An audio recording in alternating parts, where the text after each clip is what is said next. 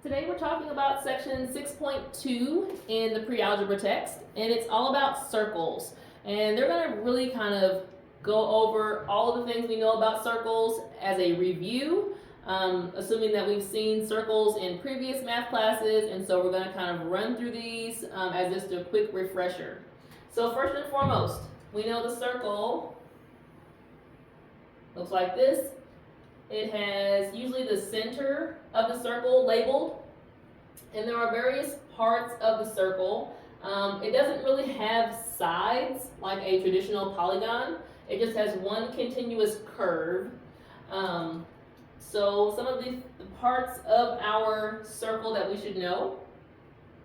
If we go directly from the center out to any edge, doesn't matter which way you go, from the center to any edge, that's called the radius.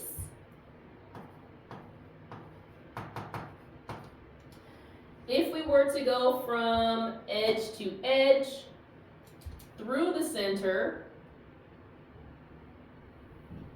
that is a diameter.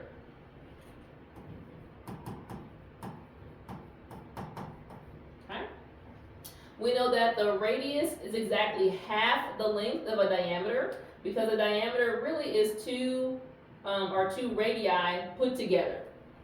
So we expect the radius to be twice as big, the diameter to be twice as big as the radius. Now there are some times when there's a line that goes through the circle but does not go through the center. So if it goes, edge to edge, but doesn't cross through the middle, we call that a chord, and that's a CH chord. Okay? Now, we also have some labels to add to the outside or the edges of our circle. If we go from, any point on the circle to another point on the circle, that curve is called an arc. And it can be a large arc or a very small arc, doesn't matter. But just to show that we're talking about from like one point on the circle to another, that edge is called an arc.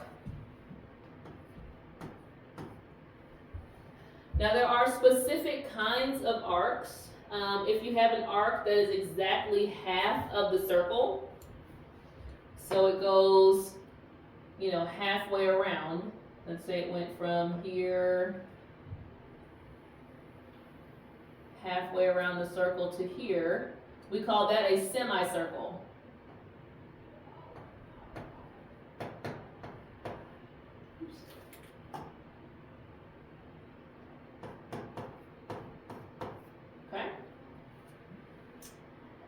And let's see, I'm making sure I've got all the main points. Okay. Some things that might be a little new, I don't know if we talked about this in intermediate math, but if you have like a piece of the circle, we refer to that as a sector. Let me make sure I'm drawing it correctly. Let me see if I can highlight it. So it says the area enclosed by the central angle. Well, let's first talk about a central angle. So a central angle is an angle whose vertex is at the center. So this technically, let me highlight again. So I could say from, here to here, this is a central angle because the vertex is at the center.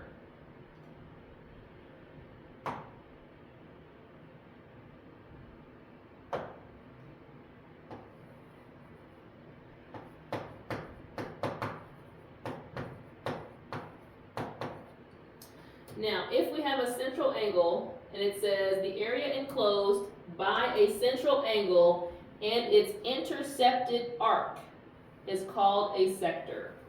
So not just the angle, but the angle and the arc together. So it's like the slice of pizza, okay, or the pie. That whole space inside, that is the sector, okay?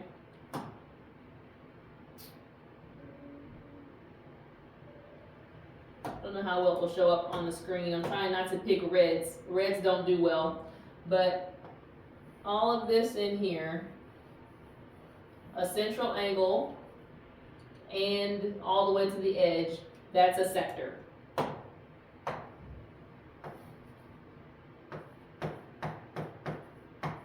All right, so now we're ready to talk about how to calculate different things on our circle.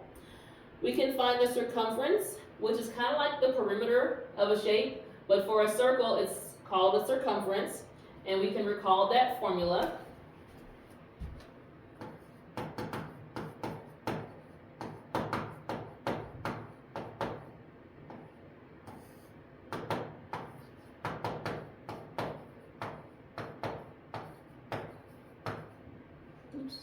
The distance around the circle.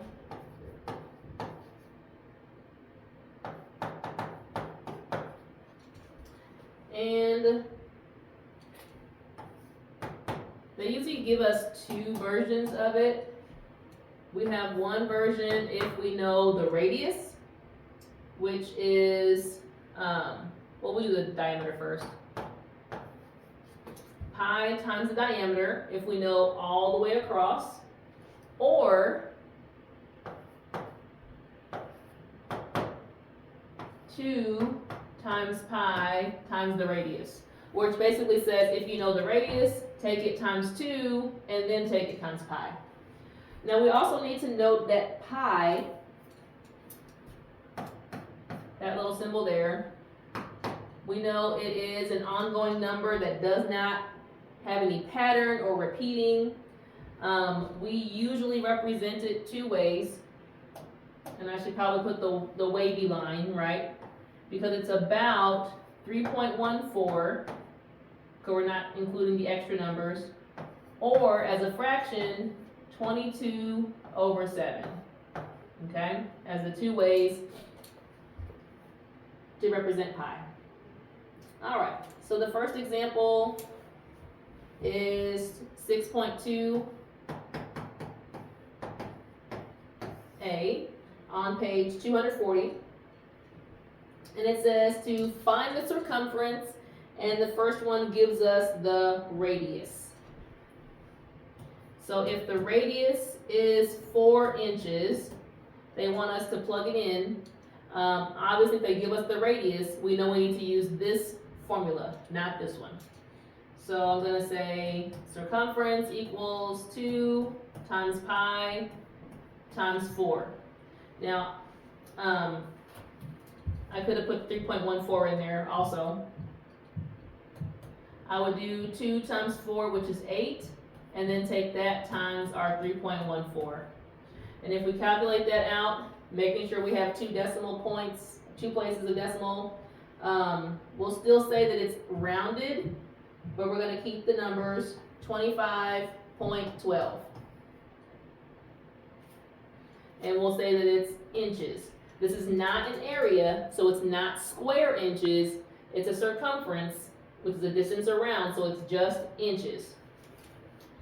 If, like letter B of the example, they use a fraction for the radius, or for the diameter even, you might consider using the fraction version of pi instead. So, again, kind of convenience to choose which one would be the better choice.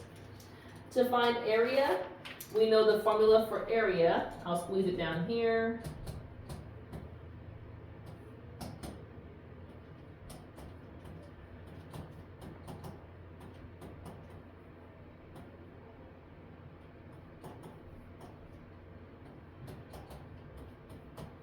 And for the area of a circle, we're talking about the space inside. That formula is A equals pi times the radius squared. Okay, so not just times 2 like the circumference, but the radius times itself. So squaring the radius and multiplying it by pi. And a quick example of that.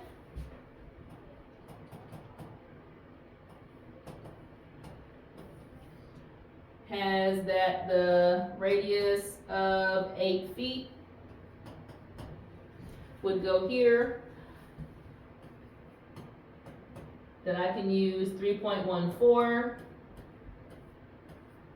and multiply it by 8 squared. We know, according to Please Excuse My Dear Aunt Sally, that we're supposed to do the exponent first. So we'll do 8 times 8, which is 64. And go from there. Now we will be talking about calculator usage in class. And there, if you've shown me this part, you could just tell me the answer. I wouldn't need to have the extra breakdown, but I do need to see that you've plugged in the numbers into the formula properly. And our answer for this one should be about 200.96. And because it is an area, we do have to square the unit. So feet squared. All right, we'll talk more about this in class.